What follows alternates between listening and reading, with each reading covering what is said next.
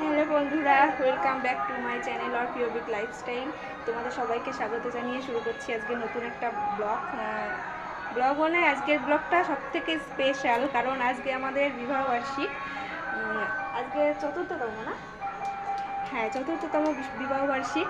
তো আজকে মানে একটু আমরা আজকে একটু আমরা বাইরে ঘুরতে যাব। তো চলো রেডি হবো। তো রেডি হতে হতে তোমাদের সঙ্গে যেটাও শেয়ার করব, এবং যেখানে যাচ্ছি সেখানে তো তোমাদের দেখাবোই, অবশ্যই দেখাবো। তোমরা দেখতে থাকো ব্লগটা। আজকে আশা করি মানে এমনি দিনের থেকে আরও ভালো লাগবে। তো তোমরা দেখতে থাকো। আমরা চলে গিয়েছিলাম তোমাদের দাদা ভাইয়ের এক বন্ধুর বাড়িতে।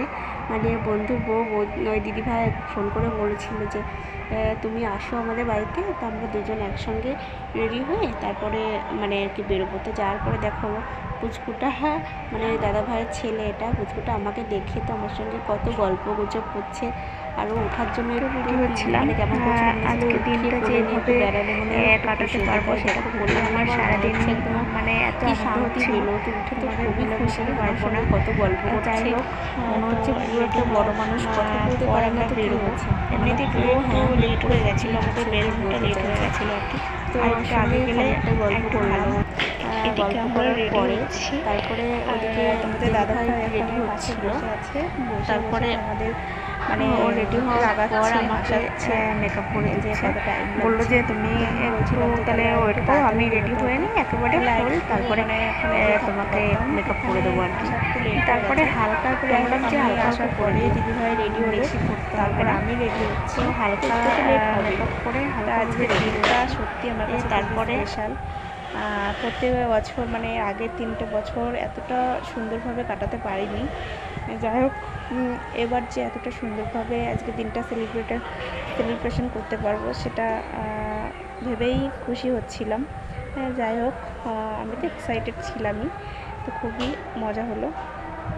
তারপর রেডি হওয়ার পরে তোমাদের দাদাভাই আমাকে প্রত্যেক বছরের মতোই এবারও ওর হাতে আমি সিঁদুরটা পরলাম।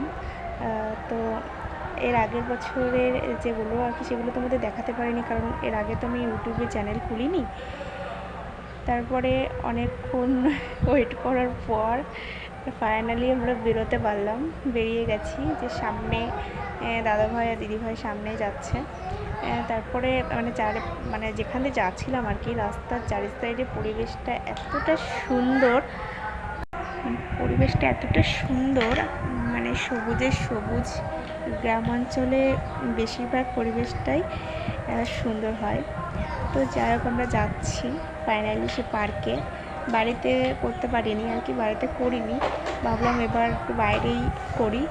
প্রত্যেকবার বাড়িতে তো করাই হয় ছোটোখাটো করে। তো ফাইনালি আমরা চলে গেছি সেই পার্কে। পার্কটা হচ্ছে মেদে বলে সেখানে।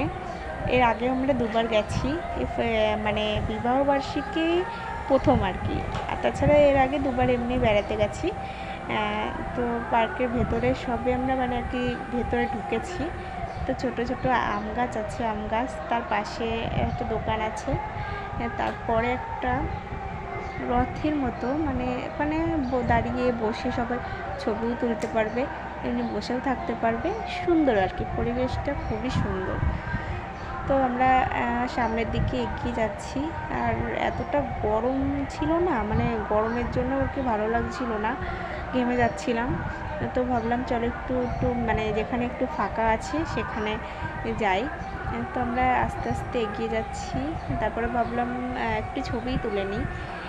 তো সবাই মিলে একটি ছবি তোলার পর আমরা আর কি আরও ভেতরে আরও সুন্দর আর কি, অনেক রকম সিনারি আছে, ফুল গাছ আছে, দোলনা আছে। তো সেগুলো দেখছিলাম। তারপরে একটু ভেতরে গেলাম, দেখো ফুল গাছগুলো কি সুন্দর লাগছে, তাই না?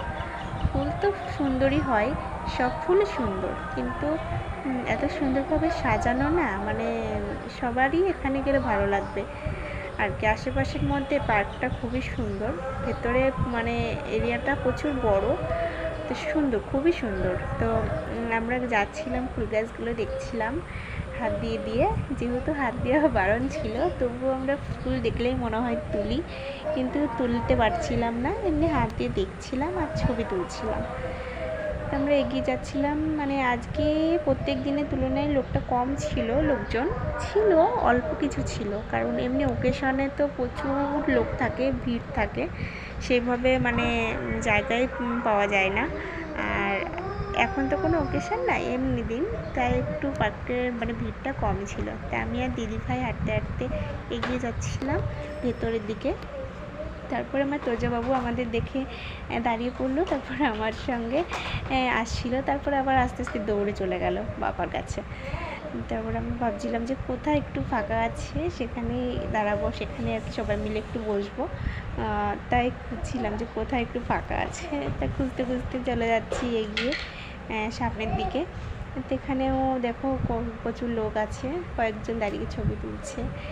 মানে এত সুন্দর পরিবেশ না, গেলে পরে মনটা একদম যেন জুড়িয়ে যায়। তো ফাইনালি আমরা একটা ফাঁকা জায়গা দেখে দাঁড়ালাম আর কি। তো সেখানে তোমাদের দাদাভাই আমাকে আর কি বিবাহবার্ষিকী গিফটটা আর কি বের করলো। তো আমি তো দেখে পুরো অবাক, আমি জানতামই না যে ও আমার জন্য আংটি গিফট করবে। তো আমি মানে এতটা খুশি হয়েছি মানে ওর গিফটটা পেয়ে। তো ও পুরো বসে আমাকে রিংটা পরালো, আর এদিকে তো মানে দিদিভাই আর দাদাভাই এতটা খুশি, আর আমাদেরকে নানান কথা বলছে, যার জন্য আমার প্রচুর হাসি পাচ্ছিল। তো তারপর ও আমাকে গিফট দিল আর বিবাহবার্ষিকী, তা আমিও কি দেবো না সেটা তো হয় না, তো আমিও ওর জন্য সারপ্রাইজ গিফট কিনেছিলাম, যেটা দেখে ও খুব খুশি হয়েছিল। ওর থেকেও বেশি খুশি আমি হয়েছি যে শুধু ও যে আমাকে দিয়েছে সেটা নয়, আমি ওকে নিজে পছন্দ করে সারপ্রাইজ গিফট করতে পারলাম, তো সেটাতে আমি খুবই খুশি। তারপর একটা স্পেশাল দিনে তারপরে দেখো কেমন হয়েছে, ও বলছে খুবই ভালো হয়েছে। তো যাই হোক, এখানে এই মানে গিফট দেওয়ার পর্ব এখানেই শেষ হলো। তারপর আমাদের ওই দাদাভাই আর ওই দিদিভাই হচ্ছে এটা গিফট করেছিল ল্যাপটা। তো এতটা খুশি হয়েছে আমি ওটা পেয়ে, মানে গিফট পেয়ে। এমনিতেও সবারই আসলে জানি যে সবারই গিফট পেলে সবারই খুশি হয়, তো আমিও খুব খুশি হয়েছি। ওরা এটা পছন্দ করে নিজে দিয়েছে। তো মানে কি বলবো, সেটা নিয়ে আমরা সবাই দুজন একটু ছবি তুললাম। হ্যাঁ, তা বলছিল যে ওরা নানান কথা বলে আমাদের হাসানোর চেষ্টা করছিল। তো যাই হোক, আমরা যেটুকু সময় এখানে ছিলাম সেটুকু সময় চারজন আর আমার তোজাবাবুকে নিয়ে সবাই মিলিয়ে এত আনন্দ করেছি, মানে সেই মুহূর্তটা সারা জীবন মনে থাকবে আমার, যে আমাদের বিবাহবার্ষিকী আমরা এতটা মজা করে কাটাতে পেরেছি। এই মুহূর্তটা আমার সারা জীবন মনে থাকবে। তো ছবিটা তোলা হয়ে গেল। তারপর ভাবছিলাম যে একটু ঘুরে দেখব। তারপর বলছে না আরও মানে দাঁড়াও, আরও ছবি তুলবো, আর একটু দাঁড়াও, ভালো লাগছে। তারপরে তোলার পরে আমরা একটু চলে আসলাম দোলনা খেতে। তো দোলনাটা খাওয়া হয়ে গেছে। তারপরে চারি সাইডটা ছবি দেখছিলাম, পরিবেশটা খুব সুন্দর, তুলে রাখার মতোই পরিবেশটা খুবই সুন্দর। তা একটু সন্ধ্যা হয়ে গেছিলো, তো তাই আর কি একটু অন্ধকার হয়ে আছে। তা যাই হোক, আর বেশিক্ষণ এখানে থাকবো না, আমরা এখন এগিয়ে যাব রাস্তার দিকে, মানে কি পার্ক থেকে বেরিয়ে যাবো। তাই আমরা হাঁটা শুরু করলাম। এই যে তোমাদের দাদাভাই আর পুজোবাবুকে নিয়ে আগে আসছে, আমাকে বলছে আসো সাবধানে, মানে পড়ে যেও না, ক্যামেরা ধরছিলাম। তো আমরা এগিয়ে যাচ্ছি, ওই যে দিদিভাই দাদাভাই আগে যাচ্ছে, তারপর আমার তোজবাবু যাচ্ছে। তারপরে তুমি দাদাভাই বললো তুমি আগে এসো, আমি তোমার পেছনে আসছি। তা যাই আমি আগে যাচ্ছিলাম। তা বলছে এখান থেকে সোজা বেরিয়ে যাব, কারণ প্রায় সন্ধে হয়ে গেছিলো, তো আর থাকা যাবে না। আমাদের একটু বেরোতে লেট হয়ে গেছিলো, একটু যদি আগে আসতে পারতাম তাহলে তা একটু সময় কাটাতে পারতাম, তো সেটা হলো না। তো ঠিক আছে, যেটুকু সময় কাটিয়েছি সেটুকুই আমরা খুব আনন্দ করেছি, খুব মজা করেছি সত্যি। তারপরে যাচ্ছি আমরা আস্তে আস্তে এগিয়ে গাড়ির দিকে এগিয়ে যাচ্ছি, কারণ আমরা বেরিয়ে যাব, সবাই বেরিয়ে যাচ্ছিলো, কারণ তখন পার্কটা বন্ধ করার সময় হয়ে গেছে। তো যারা ছিল সবাই তো আমরা গাড়ির কাছে ফাইনালি চলে এসেছি। এখন যাব সোজা একটা রেস্টুরেন্টে, তো আমরা চলেও এসেছি।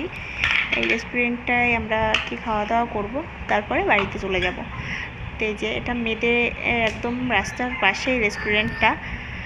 তো সেখানে আমরা যাব, খাওয়া দাওয়া করবো বিরিয়ানি। তার কারণ স্পেশাল দিলে বিরিয়ানি না খেলে তো হয়ই না, তাই না? তাই এই যে আমরা সবাই ভিতরে ঢুকে গেলাম আস্তে আস্তে।